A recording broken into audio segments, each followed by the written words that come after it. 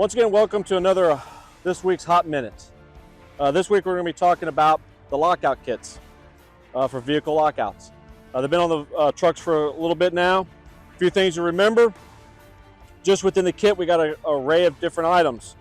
Our long reach, which is much more of a rigid rubberized tip. Don't forget, in the cap right here, we can remove the cap. There are spare tips that go in this item. This is more using for grabbing our handles. Our flex one, exact same thing, but the difference is we have the ability to do some bending and flexing with this item. The button, pretty simple the way it works. It's a noose.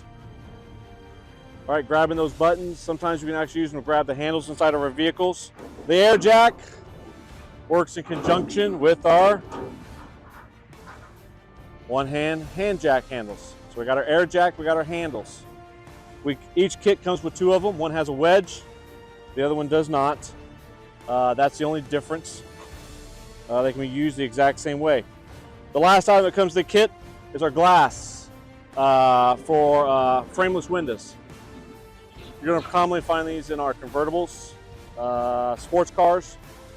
Ideally, this is going to place in between the glass and the frame itself, between the weather stripping, and it gives us our access point to place our tool through, has the built-in wedges.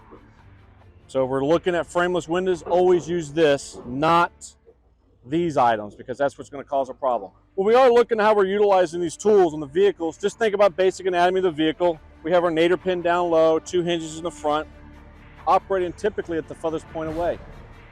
All right.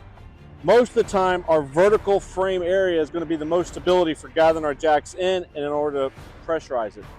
When we're using our hand jacks, we're just using these long enough to open the door and place our air jack in place. All right, once we get it in there, all we need is enough gap in order to get the tool in place.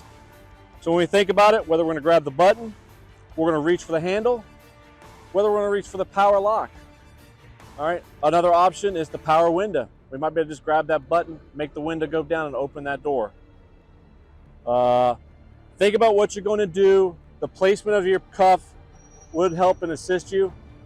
If you place the cuff towards the top, it gives you great access and the left and right motion. If you place your cuff more on the side, it gives you more of that up and down motion. So it depends on how you want to attack the door, would basically depend on where you're going to place your air jack. So just think about it before you place it in there. Obviously, it's a two-person operation. You need somebody on the other side helping you out. If the victim inside of our vehicle we feel is in any distress, we're immediately just going to be breaking a window furthest away from the patient. Remember, if the patient was located here, we'd want to operate that window on the opposite side to make access. But if we feel like we have the time based on the child's condition, air temperature outside, what's going on, the vehicle's still running, we have time enough to make this access. Make sure we get that form signed, make sure we access it and place it into the appropriate run report. Whether it's a fire RMS or the EMS, it gets attached. Once again, this is week's Hot Minute on lockout kits.